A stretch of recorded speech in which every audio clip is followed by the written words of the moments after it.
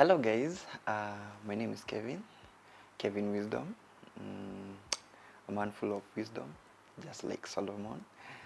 I am blessed to have one wife. For me, I don't have many wives and many concubines. Yes, Kevin is a businessman, but basically I pursued journalism and mass communication. And for now, I'm in the line of graphics. I do graphics and design. Yeah, I'm also a photographer, though after COVID, niliweka kamera chini kidogo.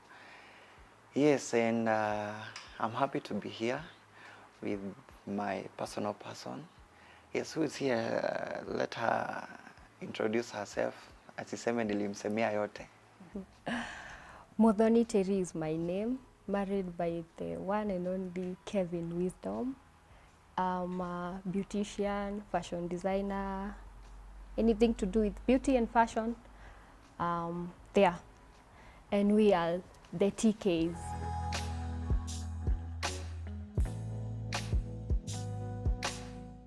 Our story is somehow good, funny. Okay, she's the one who saw me first. I do serve in church, in protocol, and also in media. So there's a time I had gone to Nanyuki. I had gone with one of the ministers. So for her, she was in the worship team in Nanyuki, a church called GCCI. So I think yeye ndiye aliniona wa kwanza, but for me I didn't see her. So tukamaliza mission, we went back to Nairobi, and then now in 2019 there's a friend of mine also in Nanyuki who I used to see her posts, photos of her nasikianga wakitana Gulfie. Yeah, so I used to see her and post. So one day I got interested and I was like, hey, by the way, I'd like to know about your bestie. Like, yeah, she's a good girl, nini. Before that, before her now, the bestie thing, there's also another friend of mine who also used to post her. So now I was like, this one is posting her and this one is posting her. So I got interested. So nikauliza now the bestie,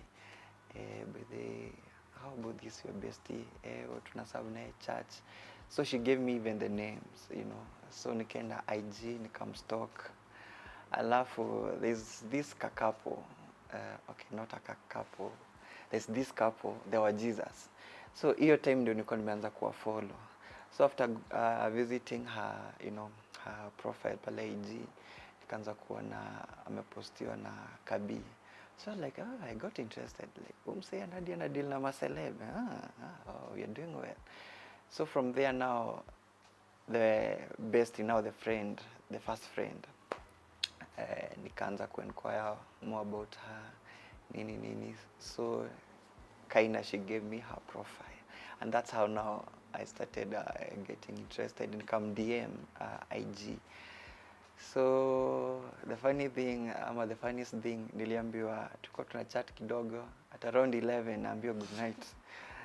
Jua na yeye unijui. So I kept on persisting, I would love to know more about her. But alikuwa ananiuma tu mastopa. But Kevo ni nani? I must represent Kevo. So I kept on persisting, and maybe she can tell us more iskue nawapea stories za jaba. So he used to come church yetu, alafu but hiyo ndo home church kwao. So ile time yenye amevisit, I used to see him, but sikuwa interested na yeye. It's true, sikuwa interested, but I used to see him. So there was this time, friends zangu sijui kwa nini walikuwa wananipost ama what was happening, because I think aliniona online 3 of my friends used to post me a lot. I don't know why, but it's a good thing. Then the major one ni the wa Jesus walini post. Then ukani DM and told me, hi, so and so have posted you. Sikuwa nimeona. So hiyo ndo time yenye niliangalia the post yenye what was posted, nikaona okay. Then I think yeah, that's all.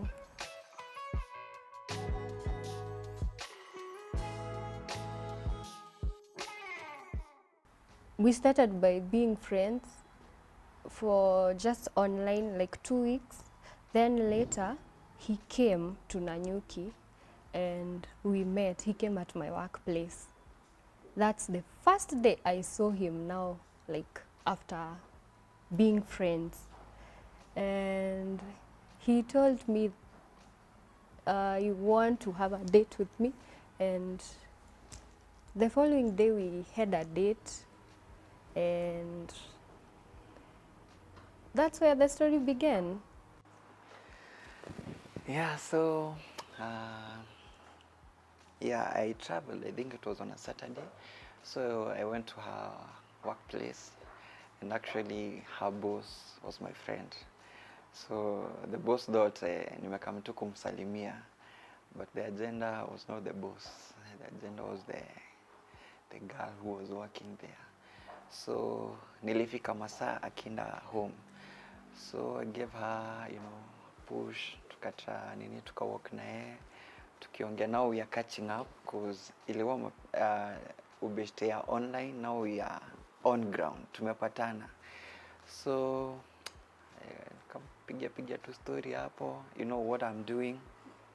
By then I was also a photographer. I was taking photos.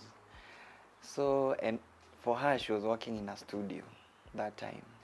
So we would share stories, photos, different camera, positions, angles, za take photos. Yeah, and after nimemfikisha hapo kwao, we decided to continue with the stories the following day, which was on a Sunday, now after church. So on Sunday, mimi nikaenda church fiti, mrembo unajua kwa pale hivyo, she's serving. Wao ndio wanashusha uwepo. So akishusha uwepo wa Bwana, anashusha hadi moyo. Yeah, so after service, I took her on a date somewhere too in town to have something together. And so nikashare my agenda. Yes, my big 4 agenda. And she was like, hey, msee, tumejuana. That's too fast. Juzi tu na. Hey. Like, oh, no, we have no time to waste. We have no time to waste. So, yeah, she was also, trying to play hard to get. Nini, akanambia, I'll think about it. Kambia, you really don't have to think about it. Because you've already thought about it. But she didn't give me an answer. So we found it's almost 10, so I had to give her, nimpe a push, and akaenda home. So after alienda home, let me pay nini, the same day or after. I think it was after. Yeah, now after akaniambia birthday, after we met, I also felt, kuna ile chemistry, unlike poles. Yeah, and tukajipata amesema yes, and deep inside I was like yeah. So the very first person wa kuripotia ni ule best wake wa kwanza, kwambia by the way mambo yanaenda vizuri. So I told her by the way ile dem alisema yes, now she's my girlfriend. I'm like, hey bro, I'm so happy for you, nini, and by the way I talk a lot. We actually now planned to meet and now her together with a friend. So, isn't it? Yeah. Yeah, so to meet place, to have coffee, Yeah, so stories, you know, now the friend is trying to tell me she's my friend, she's a good lady.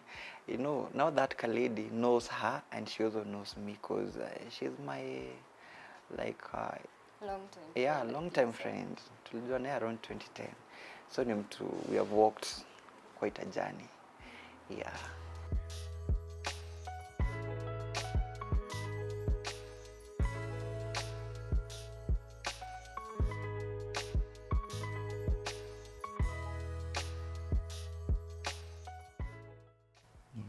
Hey, we enjoyed being together. Like after work, I used to go visit his workplace. At that point, alikuwa shapata ofisi ingine huko Nanyuki. So nikitoka job, I used to go to his office. Then after that, we go take some samosas. Tulikuwa tunapenda samosa. Samosa. Then after that, have a walk and attend weddings. Harusi zenye tumeenda, tulikuwa tunapenda kuwalk, attend weddings and just having time. We dated for around 6 months, tukaachana. Then after tumeachana, tukaachana tena, I think tuliachana for 6 good months after dating for 6 months. Then later, now when we started dating, that's the first Valentine that now we were seriously dating. That was a good one. I loved it. Nilienda kwake juu nilichelewa kwenye alikuwa amepanga date. So sasa juu it was late, nikapata transfer kila kitu yenye alikuwa amenipangia kwa place yake. After kwenda kwake, nilipata huko petals and all that. Setup ilikuwa poa, the gifts.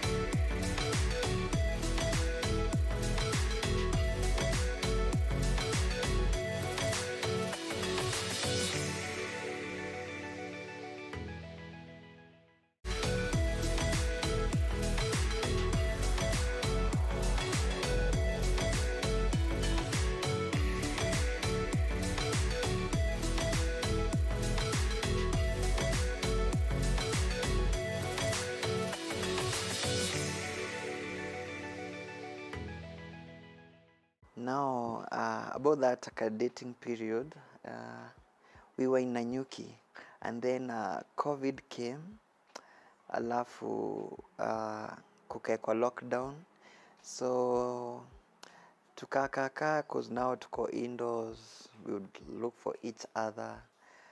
Then around June nikapata ka chance kakuhepa, nikakuja Nairobi juu I had a house in Nairobi. So we used to communicate, niko Nairobi, ako Nanyuki, and sasa hapo tukajipata mambo yameenda sege mnege na tukaachana. So after kuachana ndio hiyo tukakaa 6 months tumerudiana. So nikaona huyu msichana nikimwachilia ataenda sasa. So the funniest thing, I planned for the proposal rasho ikiwa Saturday. Proposal ilikuwa Monday. Who does that? Yeah, sikuwa nataka connect anything, but the reason nilifanya hivyo ni juu the lady who we were planning with, a proposal ilibako twice. So ilifika to a point I was like, now we have to do it or do it. So we pangad that proposal in a matter of hours, because I remember it was on a Monday.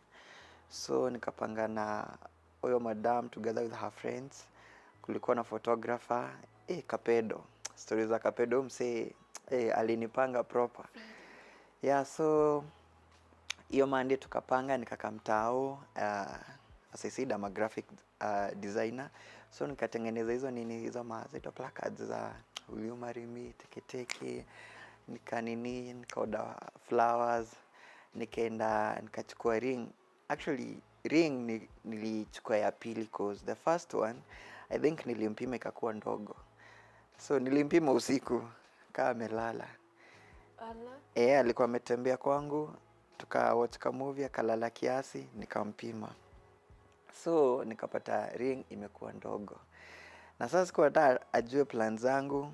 Tukamaliza whatever, akaenda home. The following day nikarudisha ile ring. So nikaambiwa I have to wait mpaka hiyo namba, hiyo like ring size aipate.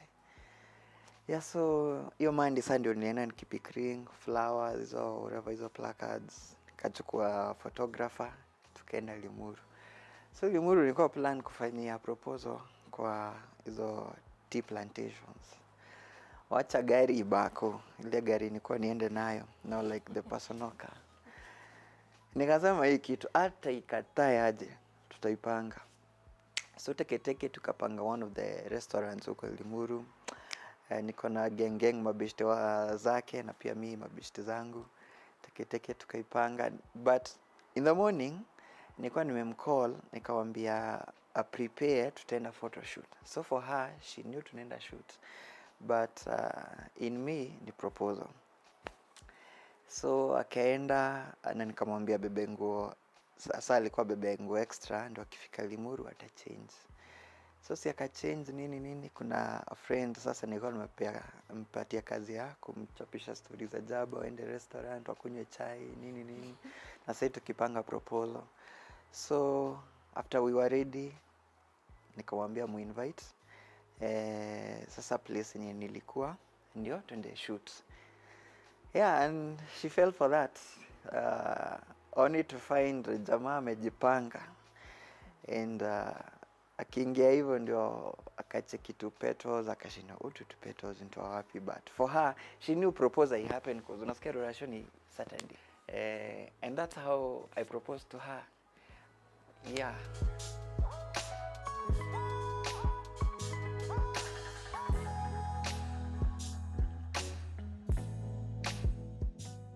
Proposal ilikuwa surprise, but mimi venye lini surprise sikuwa nataka hivyo. Nilikuwa nataka kama ni proposal, let it be January. If we are getting married that year, I should stay with the ring. Si kukaa nayo mwezi moja alafu natoa. That's bad. So we had a plan to kwenda shoot ya Rorashio, so as we can have a photo for invitation ya Rorashio. Now akaniambia tuko na shoot, siko naitaka. Niko nasema but we can use another photo zenye tushaipigwa. But aka insist sana. Insist sana na kunituma speed light. Nipeleke speed light, I think Limuru. Limuru. And nikaenda kwake nika prepare, nikaenda kwake nika pick speed light. After kuenda Limuru sasa nikaanza kumpigia, uko wapi keke?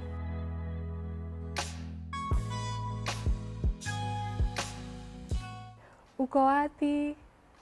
And all that. Akaniambia niko tao, give me I think 1 hour 30 minutes, I'll be through, nikuwe nimefika. Sikuwa nimefanya makeup. Nikafanya makeup. Mwenye alikuwa anakuja kunipika kakuja. After kukuja akaniambia unafaa kuvaa before mpatane juu shoot yenu mnaenda sijui kwa majani, so itabidi tu umevaa huku kwenye unapakia makeup. So after that nikavaa na nikasema okay, it's okay. Akaniambia but unafaa kupeleka hiyo speed light rooftop. Kuna hiyo studio iko huko Limuru rooftop. Kasema okay, sawa. Nikipeleka nikapata nimeajariwa. Nikapata petals, but haikunihit ati ni proposal yangu. Nilienda tu nikiwa excited, niko wow, hii place inakaa poa. Then boom, nikapata mtu Kijana ni nani? alifanya ile kitu vizuri, everything was nice, keki, watu friends wenye ningetaka wakue, they were there, we had a pasta. Wow, and thank you for that.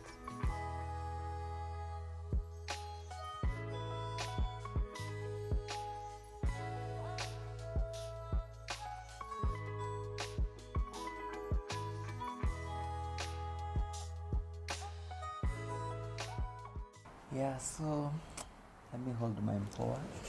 So about Rurashio, okay, for us, we were not calling it like Rurashio, we were calling it Thanksgiving. Thanksgiving. Because, okay, basically, huwezi nunua mtu. No. The only thing you can do is just to go say thank you to the parents, ndio. Yeah, so we planned for, the Rurashio was on a Saturday. So I had, on my side, I had prepared my friends, but from her side, yeye alikuwa amesema hataki like many people, alikuwa anataka tu family. Just like 30 people. Yeah, venye tulikuwa tumeenda before mwende now like story The za first dawa, visit. Mnaenda hiyo na first visit, the second, sasa yenye mnaenda hadi na parents. So we had gone on with a few family members. So walikuwa nataka tuende hivyo. And in me was like, si me no, lazima uende na Mbugi. At least wapige stamp. Huyu jamaa ametoka soko na ametoa mtu soko. Yeah, so that's what I did. I planned for around 50 people. My friends, both here in Nairobi and Nanyuki. But Nanyuki ndio wengi cause that's my hometown. Yeah, so tukajipanga. I remember that Saturday. Nikirash hapa na pale. Nilifika hadi kwao ku make sure sound iko fiti. Okay, nilikuwa nimeassignia friends, but I know zile nini mse upata time ya kukiwa na such occasions. Napigwa na show kunapata sijui mse wa sound, sijui mixer ilichapa, sijui nini. So I was there, nililand kwa everything is okay. Nika make sure kila kitu imesetiwa, so nikarudi home, nika prepare na watu wangu. Yeah, and actually tulifika mapema. Nikampigia bedhi, tuko almost, kuleni pause kwanza. Tukakula pause, tukongoja sasa wa prepare. So tuko hapo hivyo, tuko hadi na Pasi now who was to be our best couple, Pastor Peter Kanjagwa. He is. Yeah, so ako hapo hivyo kijana, usikue na wasiwasi, mwambia niko na nguvu, niko ready. Yeah, and so after they were ready, katuambia tuende, and it was amazing. No matter the two hitches hapa na pale, hakukosangi because now these are two families. Yeah, so kuna mahali kidogo tu, but everything went well. Actually tulijipata now the Thanksgiving imeenda up to 8. Hakuna mtu alikuwa anataka kwenda home. Tumekula keki, tumekula now like hizo nini zimeisha hizo. Tukadance. Sijini inavyoshisha mwingine, tukadance. And we are like, hey, we need to go home because hadi wanatuambia tulale huko, tuko like hapana.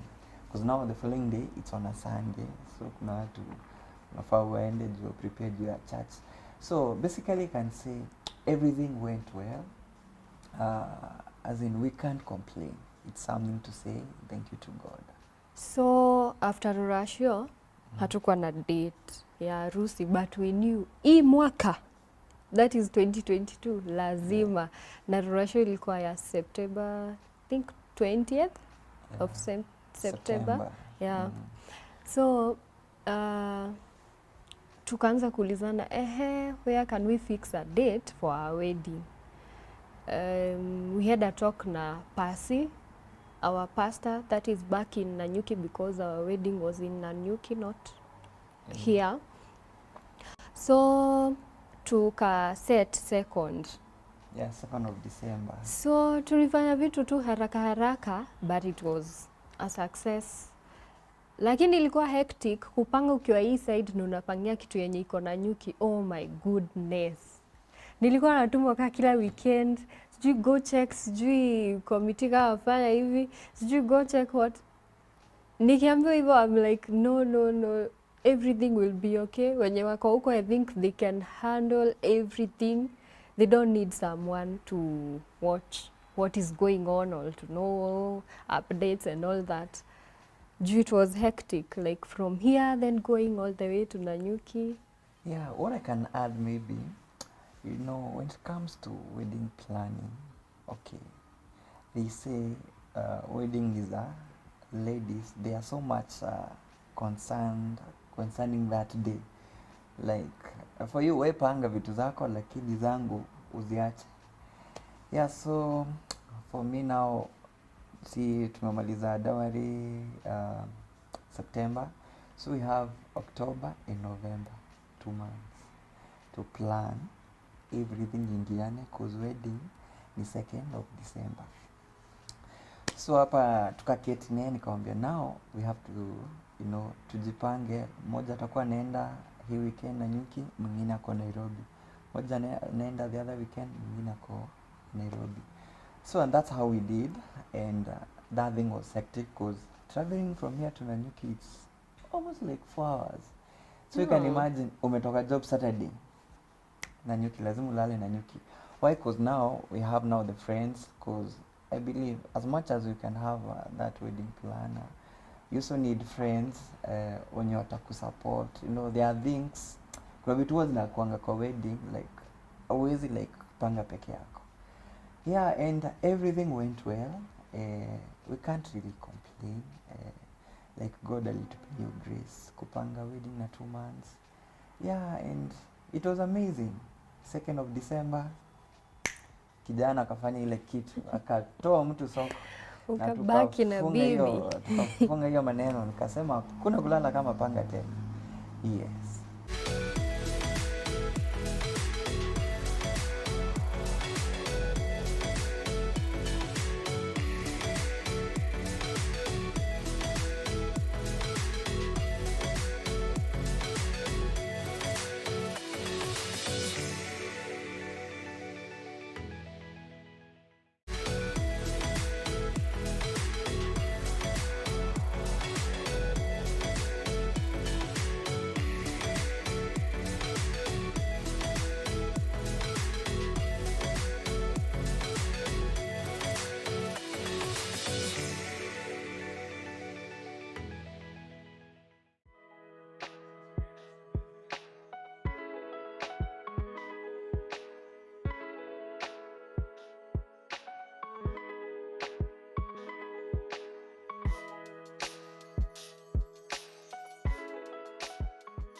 Tulilala na my girls on the wedding day, so we had to wake up mapema because I was the one doing the makeup for everyone, hadi mamangu, I think around 11 people. So at I think around 4 I was up with my first, do I say client? But haikuwa client, ni mimi nilikuwa nawafanyia makeup.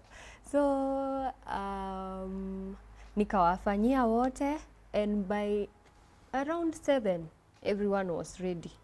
Then we started with the photo shoot with the girls. Nilipenda nguo zao sana, oh my goodness, nilizipenda and the color.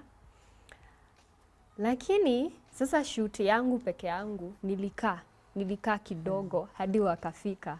Like walinikujia wakapata, ala, msichana bado anapozia mapicha. Hawakukaa kidogo, walikaa. Siku hivyo, hatukukaa sana. Wana ni kukaa. I've told her at least by 10 ukwe ready. Ndio like now the 30 minutes ziko za like nitambo msafara to church tufike 10:30. But my girl ni nani aliamua kufanya ile kitu. Sisi ni maboy prepare. Actually tulianza kuprepare around 8. Tukaprepare, tukakunywa chai, tukapiga story, tukapiga mapicha. Tukaenda kwao, wase wakaimba, mimi nilikuwa tu uko katikati, angejua kwenye niko. Wase wakaimba, sauti ikaisha. Karibu hata watafutiwe maji kwa sababu kumbe madam na mtu wangu hapa ni Ndio nani? unapigwa picha. Ameamua kupiga picha na magirls wake pale. And anyway, kama vile nilisema inakuanga siku yao. So I had to understand. Katuliza moyo.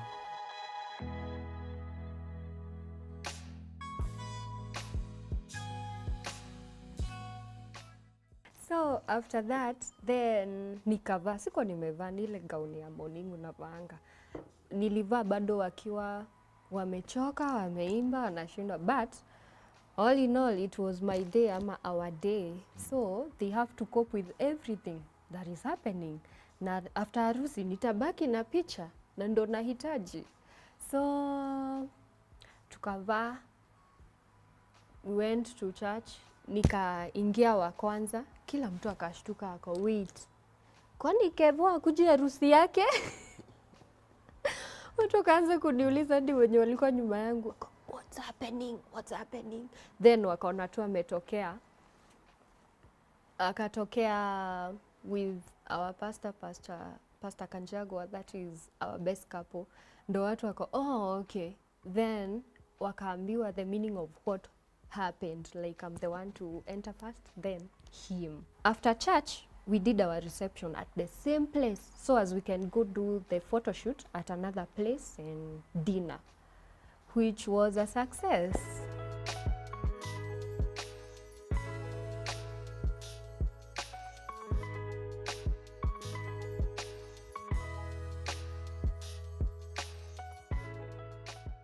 When it comes to planning for that day, it requires for you to have a sober mind, because you might, make some decisions that might affect the D-Day.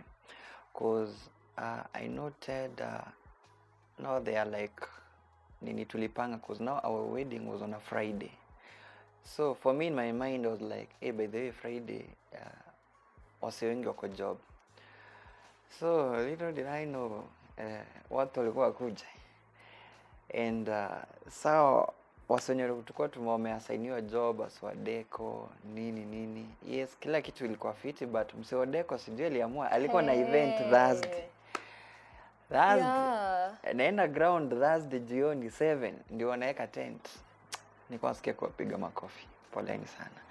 So for us, I felt I think ukiplan wedo pia ukue kwenye unaplania, because no like the deco ilitufanya ile kitu, lakini ni sawa, iko tu sawa. So we noted like if at all like we were there all through, like umse tungekuwa tumwambia by this time kwa umefanya hivi, we were making the communications through the phone, so ni mtu hata mjamit. But now the team that was in Nanyuki, the committee, so wao wako in charge kutuma do nini. Yeah, and that's how I noted, by the way, kupangia kitu iko mbali, it's not easy. And again, some of the things you like could decide kaiba wenye tuli decide like now tunapangia, but ni job ilifanya tuko na huko, but now the wedding iko huko. So like unaona those hassles, to be sincere, if at all tulikuwa huko ama wedding ilikuwa huko, kungekuwa hizo hassles. Yeah, so for me I noted, I think the best thing ni kupangia kitu mahali huko. Yes, as much as unaweza pia panga na wedding planners, pia lazima kuwa hapo una make sure kila kitu iko sawa, otherwise huwezi wapangia patia watu wakupangia siku yako. Watu wakupangia venye wanataka, si venye unataka. For me it's walking down the aisle with my mom. Oh my goodness. Hey, and my dress. I loved. Ulipenda dress yangu? The dress was making a statement. It's true. Nilipenda dress yangu sana. Hata nirudie tena, I'll still use that dress. Yeah, I love the dress, and the makeup ya wasichana ilikuwa on point because I'm the one who did it, and also my makeup. And the dancing, we dance a lot.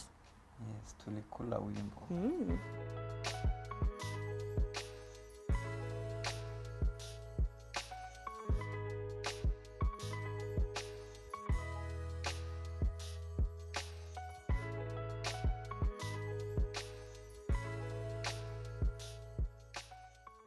the reality hits you after the reception. Well, the moment everything is done now, like watu wamekula, you guys, the gifts mmepewa, mmekata keki. No, after that everyone else goes home.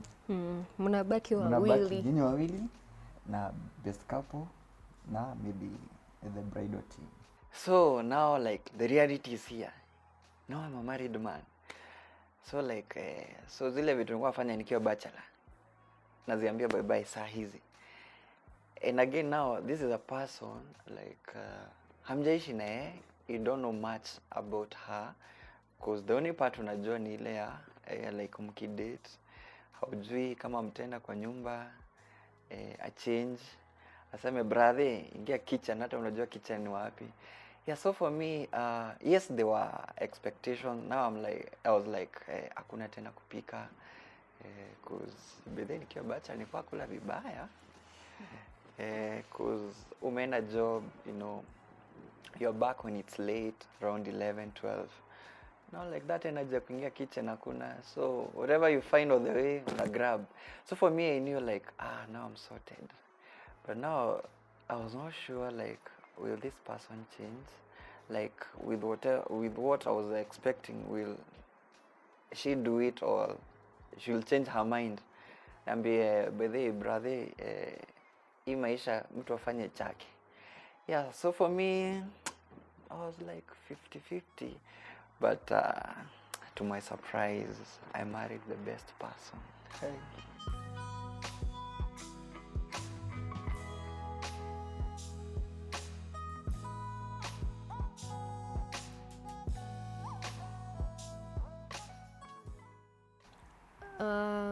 I didn't have like much expectation. I was to go with the flow because unaweza kuwa na expectations alafu ziloiwe. So I went with the flow of whatever is happening is here, but all I knew ni ati hatuachani, we are married. Now for him it took I think around 3 months before ikuwa settled kwa mind yake, I'm a married man. So for me I used to kumwambia kitu ama namuuliza about kitu bado nafikiria huyu ni bibi ananiambia hivi, how do I treat her ama what do I go about whatever she is saying. For me I'm expecting he's the husband, let me see. Yeah, kwa zile za am I okay? So now after I think April ndo sasa tukaingiana vizuri and everything was okay. Yeah, maybe I can add something. Okay, the reason I took time, you know, before I adjust, you know, I was used to that bachelor life. Ukisikia utakunywa maji na jug, kunywa maji na jug. Ukisikia like nguo utaita mamafua, utamuita. Ukisikia utakula, you know, you leave the utensils on the table. Like, okay, I know courtesy says you need to clear the table. That's bad.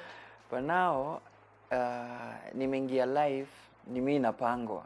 I was like mimi nilikuwa jipanga. Like unanipanga aje? So I think that's what made me take time, you know, to adjust. No, but then I'm say you're a married guy. And you know, I was also used to living with my boys. My boys ni wale tu, ukisikia mtapika. Ukisikia mtaenda kukula kwa hoteli, Actually there's like a restaurant somewhere mahali nilikuwa naishi nikiwa bachelor.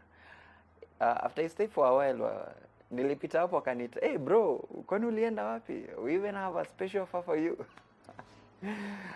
You know, they know that I got somebody who is pangaling me. So I had to live, you know, that old lifestyle.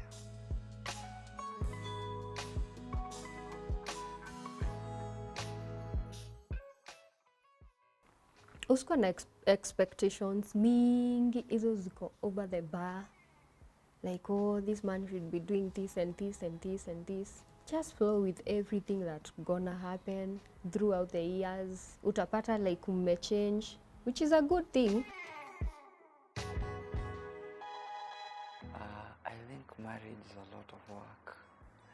And marriage is one thing where you come, you know, like it's no longer about you, it's about now the person now you're married to, because otherwise ukikuja na zile nini za it's about me, bro, utaumia sana. So for now, for those who are thinking of you know, getting married, I can say it's a good thing, by the way, to get into marriage. And actually advise mostly my generation or our generation, because tumeamua ni kwani unachukua msee unakaa kijani na yeye, or unaamua mama. No, have one specific lady, settle na yeye, you know. And actually even the word says he who finds, you know, inakam na favor. He who finds a wife, you know, kupata wife inakam na favor. So there are doors that can't open when you are single, when you are bachelor, you know. Yeah, so guys, don't fear, you know, to get married, you know, to get into marriage. It's a good thing. Yeah, mnaingianga huko inanga any manual or any memo. Mnaingianga huko tu mnajipanga, mnapanga mambo yenu na inaingiana. Yeah.